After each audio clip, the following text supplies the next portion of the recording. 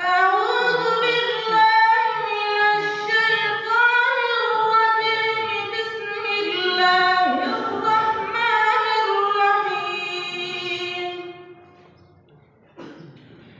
يا أيها المزمل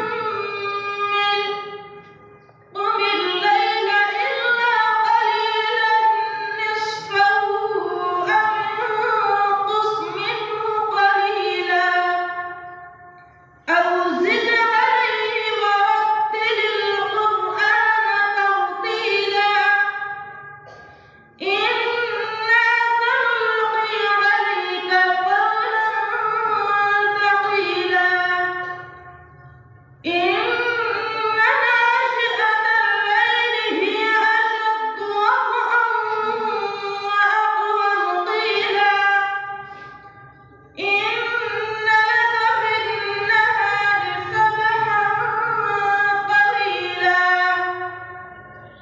واذكر اسم ربك وتبتل إليه تبتيلا رب المشرق والمغرب لا إله إلا هو فاتخذه وكيلا واصبر على ما يقولون واهجرهم هجرا جميلا وذرني والمكذبين أولي النعمة ومهلهم قليلا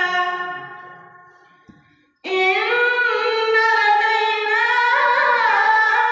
أنكالا وجحيما وطعاما ذا غصة وعذابا أليما يوم ترجف الأرض والجبال وكانت الجبال كثيبا مهيلا إنا أرسلنا إليكم رسولا شاهدا عليكم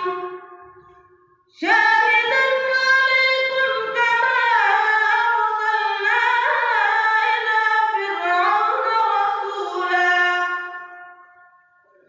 فعصى فرعون الرسول فأخذناه أخذا وبيلا فكيف تتقون إن كفرتم يوما يجعل الولدان شيبا